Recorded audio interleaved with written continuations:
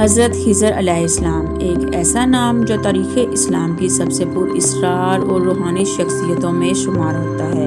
نہ قرآن میں ان کا نام آیا، نہ کسی نسب کا ذکر، مگر پھر بھی ہر بڑا عالم اور مفسر اور ہر ولی ان کے وجود کا قائل ہے۔ انہیں الخضر بھی کہا جاتا ہے، جس کا مطلب ہے سبز ہونے والا۔ روایت ہے کہ جہاں حضرت خضر قدم رکھتے وہاں مردہ زمین میں بھی جان آ جاتی، سبزہ اگاتا، گویا ان کے وجود سے زندگی پھوٹتی تھی۔ یہی ان کی پہچان بن گئی، ایک ایسی روحانی طاقت جو کبھی نہیں مٹتی۔ قرآن کی سورہ الکہف آیت 65 سے 82 میں حضرت موسیٰ علیہ السلام کی ملاقات ایک ایسے نیک بندے سے ہوتی ہے، اور مفسرین کا اتفاق ہے کہ وہ نیک بندہ کوئی اور نہیں بلکہ حضرت خضر علیہ السلام ہی تھے۔ یہ سوال ہمیشہ سے رہا ہے کہ حضرت خضر علیہ السلام کون تھے؟ کیا وہ نبی تھے؟ امام نبی رحمۃ اللہ علیہ اور ابن اثر رحمۃ اللہ علیہ جیسے زید العلماء کا ماننا ہے کہ حضرت خضر ایک نبی تھے، کیونکہ وہ بغیر مشورہ براہ راست اللہ کا حکم لے کر عمل کرتے تھے، اور یہ مقام صرف ایک نبی کو حاصل ہوتا ہے۔ کیا وہ زندہ ہیں؟ اکثر روایات بتاتی ہیں حضرت خضر علیہ السلام نے آب حیات پی لیا، یعنی وہ پانی جسے نصیب ہو جائے وہ کبھی نہیں مرتا۔ اسی لیے کہا جاتا ہے کہ حضرت خضر آج بھی زندہ ہیں اور قیامت تک زندہ رہیں گے۔ کیا وہ روحانی قوت ہیں؟ کچھ صوفیہ کرام کا ماننا ہے کہ حضرت خضر قطب ہیں، یعنی وہ روحانی نظام کا مرکز جو آج بھی زمین پر چل پھر رہے ہیں، نیک بندوں کی رہنمائی کر رہے ہیں، مگر کسی کو نظر نہیں آتے اور ہر کسی پر ظاہر نہیں ہوتے سوائے ان کے جنہیں اللہ منتخب کرے۔ زمانہ تھا ایک عظیم بادشاہ ذوالقرنین کا۔ کچھ روایتوں میں انہیں سکندر اعظم بھی کہا گیا ہے، لیکن یہاں کہانی کچھ اور ہے، کچھ زیادہ پر اسرار۔ ذوالقرنین کو بتایا گیا، جس نے آب حیات پا لیا وہ کبھی نہیں مرے گا۔ یہ سن کر ذوالقرنین نے اپنا سب کچھ داؤ پر لگا دیا اور ایک شخص کو ساتھ لے کر نکلے، ایک ایسا شخص جو ان کا مشیر بھی تھا، ساتھی بھی، اور بعد میں روحانی رہنما بن کر سامنے آیا۔ جی ہاں، حضرت خضر۔ دونوں ایک اندھیرے اور سنسان علاقے میں داخل ہوئے۔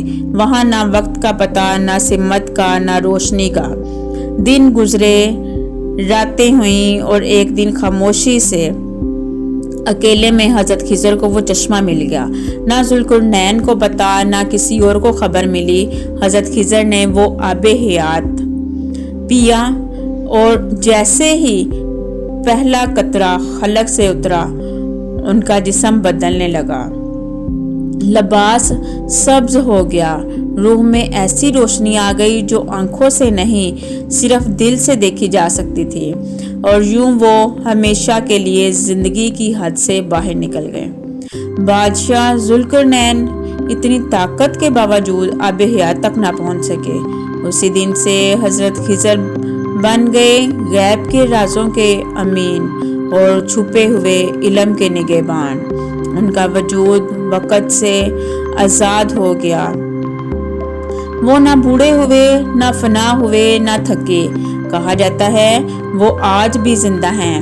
وہ علم جو ظاہر میں نظر نہیں آتا وہ انسانوں کو سکھاتے ہیں، مگر صرف انہیں جنہیں اللہ چنتا ہے۔ کہتے ہیں کہ ایک دن حضرت موسیٰ علیہ السلام نے بنی اسرائیل کے درمیان خطبہ دیا۔ لوگوں کے دلوں کو چھو لینے والا بیان تھا۔ اسی وقت کسی نے پوچھا، یا موسیٰ، سب سے بڑا عالم کون ہے؟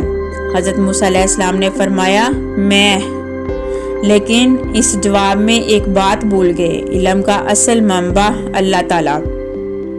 اللہ تعالیٰ نے وحی کے ذریعے حضرت موسیٰ علیہ السلام کو متوجہ کیا کہ میرا ایک بندہ ہے جسے میں نے خاص علم عطا کیا ہے، جو دو سمندروں کے سنگم پر رہتا ہے۔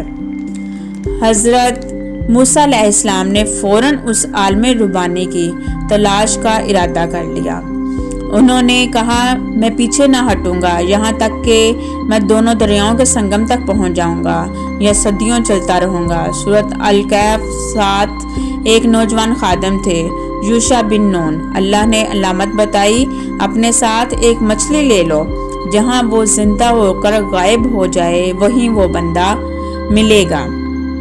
دونوں چلتے گئے یہاں تک کہ ایک مقام پر تھک کر سو گئے۔ وہاں مچھلی زندہ پانی میں نگل گئی، مگر خادم بھول گیا بتانا۔ بعد میں یاد آیا تو حضرت موسیٰ علیہ السلام واپس پلٹے۔ اسی مقام پر حضرت خضر کو پایا، جو ایک خاص علم کے حامل وحی اور اللہ کے برگزیدہ بندے تھے۔ حضرت موسیٰ علیہ السلام نے فرمایا، کیا میں آپ کے ساتھ رہ سکتا ہوں تاکہ آپ مجھے وہ علم سکھائیں جو آپ نے اللہ نے سکھایا؟ حضرت خضر نے فرمایا، آپ میرے ساتھ صبر نہ کر سکیں گے، کیونکہ آپ ان باتوں پر صبر نہیں کر سکتے جن کی حقیقت آپ کو معلوم نہیں۔ مگر حضرت موسیٰ علیہ السلام نے وعدہ کیا کہ وہ صبر کریں گے۔ اس سفر میں حضرت خضر اور حضرت موسیٰ کے ساتھ 3 عجیب واقعات پیش آئے۔ یہ واقعات بظاہر ظلم لگتے تھے، لیکن ان کو پیچھے اللہ کا علم، حکمت اور مصلحت چھپی ہوئی تھی۔ پہلا واقعہ، وہ دونوں ایک کشتی میں سوار ہوئے۔ سمندر پرسکون تھا، ہوا نرم چل رہی تھی۔ کشتی کے مالک غریب لوگ تھے، مگر نیک دل مہمان نواز تھے۔ نہ کرایہ لیا، خوش دلی سے انہیں سیر کروائی۔ مگر اچانک حضرت خضر نے کشتی میں سوراخ کر دیا۔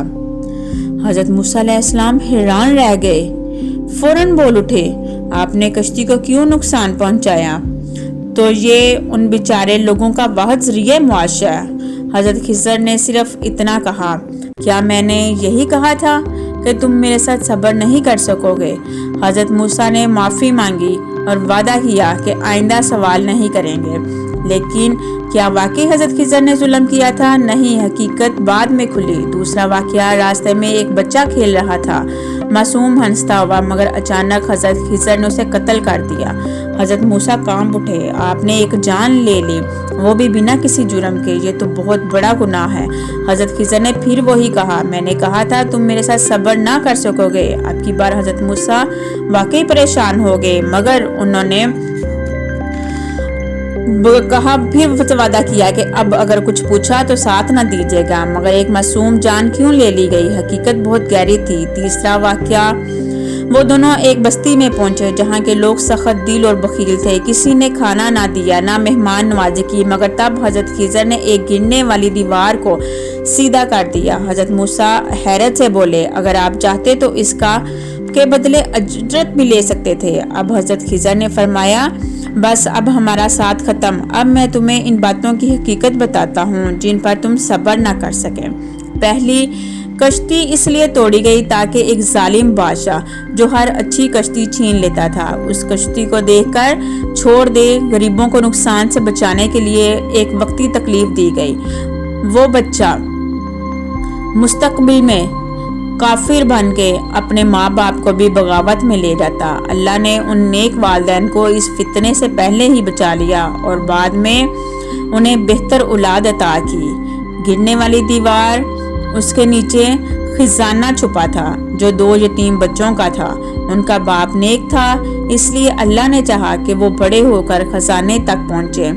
اگر یہ دیوار گرتی تو خزانہ ظالموں کے ہاتھ لگ جاتا۔ حضرت خضر نے تینوں واقعات کی حقیقت بتا کر فرمایا، یہ سب میں نے اپنی مرضی سے نہیں کیا، یہ سب اللہ کے حکم سے تھا۔ حضرت موسیٰ نے سچائی کو سمجھا اور خاموش ہو گئے۔ وہ جان گئے یہ کچھ باتیں بظاہر بری لگتی ہیں، مگر ان کے پیچھے اللہ کی رحمت اور حکمت ہوتی ہے۔ انسان صرف ظاہری حالات دیکھتا ہے، مگر اللہ دلوں، نیتوں اور مستقبل تک کو جانتا ہے۔ ہر آزمائش، ہر تکلیف دراصل ایک چھپی ہوئی خیر ہوتی ہے، اور یوں حضرت موسیٰ اور حضرت خضر کا سفر مکمل ہوا۔ یہ ایک یاد دہانی ہے کہ ہمیں ہر حال میں اللہ پر بھروسہ رکھنا چاہیے، کیونکہ جو ہمیں سمجھ نہیں آتا اللہ اس میں بھی ہمارے لیے بھلائی رکھتا ہے۔ مگر کیا یہ سفر یہیں ختم ہوتا ہے؟ نہیں، حضرت خضر کا راز ابھی بھی مکمل نہیں کھلا۔ آپ جانتے ہیں کچھ علماء اور صوفیہ روایتوں کے مطابق حضرت خضر ابھی بھی زندہ ہیں، آج بھی زمین پر چلتے ہیں، کسی صحرا میں کسی بھٹکے ہوئے کا راستہ دکھا رہے ہوتے ہیں، کہیں طوفان زدہ کشتی کو بچا رہے ہوتے ہیں، اور کہیں کسی ولی اللہ کو باطن علم سکھا رہے ہوتے ہیں۔ روایت ہے کہ ایک بار حضرت خضر امام شافعی سے ملے، ان کے کان میں کچھ کہا اور امام شافعی کی فکر کی گہرائی بڑھ گئی۔ ایک بار شیخ عبد القادر جیلانی سے ملاقات ہوئی، انہیں علم لدنی عطا کیا اور اکثر صوفی سلسلوں جیسے نقشبندی اور قادری طریقت میں روحانی رہنما سمجھے جاتے تھے۔ کیا حضرت خضر واقعی ابھی زندہ ہیں؟ علماء کا ایک بڑا طبقہ کہتا ہے جی ہاں، وہ زندہ ہیں لیکن چھپے ہوئے ہیں، وہ شہرت یا نمود کے لیے نہیں، صرف اللہ کے خاص بندوں کو نظر آتے ہیں۔